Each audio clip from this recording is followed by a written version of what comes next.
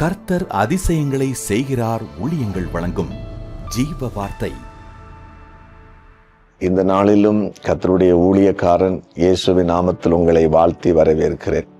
இயேசப்பா நல்லவர், பெரிய காரியங்களை செய்வார். சோர்ந்து போகாதீங்க. இந்த புதிய ஜனவரி மாதத்திலே அவர் நிறைய நன்மைகளை உங்களுக்கு செய்ய போகிறார். உங்கள் வாழ்க்கையில் மறக்க முடியாத அளவுக்கு நீங்கள் அதிசயங்களை பார்க்க போறீர்கள். சரியா? இந்த நாளின் ஜீவார்த்தைக்கான வசனம் சங்கீதம் 24:4. அவரே அதை கடல்களுக்கு மேலாக அஸ்திபாரப்படுத்தி அதை நதிகளுக்கு மேலாக ஸ்தாபித்தார். பாருங்க, கடல்களுக்கு மேலாக அஸ்திபாரப்படுத்தினார் என்று சொல்லப்பட்டிருக்கு. அஸ்திபாரப்படுத்துதல், பவுண்டேஷன் போடுதல், அஸ்திபாரம் போடுதல். ஒரு காரியத்தில் அஸ்திபாரம் போடுறது ரொம்ப கஷ்டம். நீங்கள் ஊரில், நீங்கள் கிராமங்களில் இருக்கிறீங்கன்னா ஒரு இடத்த நீங்கள் வாங்கி அதில் ஒரு கட்டிடம் கட்டுவதற்கு நீங்கள் வேலை ஆரம்பிப்பதற்கு முதல்ல அஸ்திபார பணிகளை போடணும். அஸ்திபாரம் தான் கடினம். ஏன்னா அந்த இடத்தை லெவல் பண்ணணும், கிளியர் பண்ணணும், எல்லை பிரச்சனைகளை மாற்றணும். அந்த அஸ்திபாரத்தை ஸ்ட்ராங்காக போட்டால் தான் அதுக்கு மேலே கட்டிடத்தை எழுப்ப முடியும், பெரிய கட்டிடத்தை. அதனால் அஸ்திபாரம் தான் போட முடியாதபடிக்கு பிசாசு போராடுவான், தொடங்க விட மாட்டான்.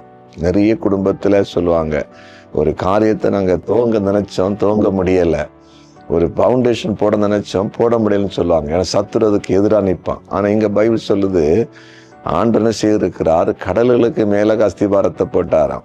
அஸ்திபாரம் போடுகிற ஒரு ஆண்டவர் நமக்கு இருக்கிறார். அவர் ஆண்டவராக இயேசு கிறிஸ்து. அவர் நீங்கள் பற்றி கொண்டீங்கன்னா, அவரை தேடினீங்கன்னா, அவரை ஆராதிச்சிங்கன்னா, அவர் என்ன செய்வார்னா ஒரு பவுண்டேஷன், ஒரு அஸ்திபாரத்தை மேலே போடாது. உங்கள் லைஃப்பில், உங்கள் வாழ்க்கைக்கு ஒரு அஸ்திபாரம் தேவை.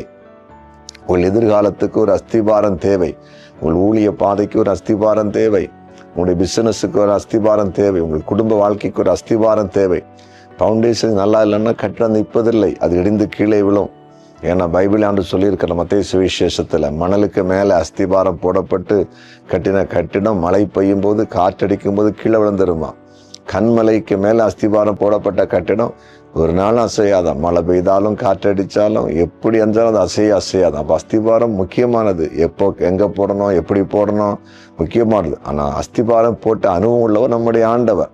அதனால் உங்கள் வாழ்க்கையில் ஒரு அஸ்திபாரத்தை போடுகிறார், ஒரு அடித்தளத்தை போடுகிறார், ஒரு உறுதியான ஒரு கட்டிடத்தை கட்டுவதற்கான ஒரு ஆரம்பத்தை கர்த்தர் உண்டாக்குகிறார். சோர்ந்து போகாதீங்க. இந்த அற்புதத்தை நீங்கள் பார்க்க போறீங்க. ஜெபிப்போமா? ஜெபிக்கலாம்.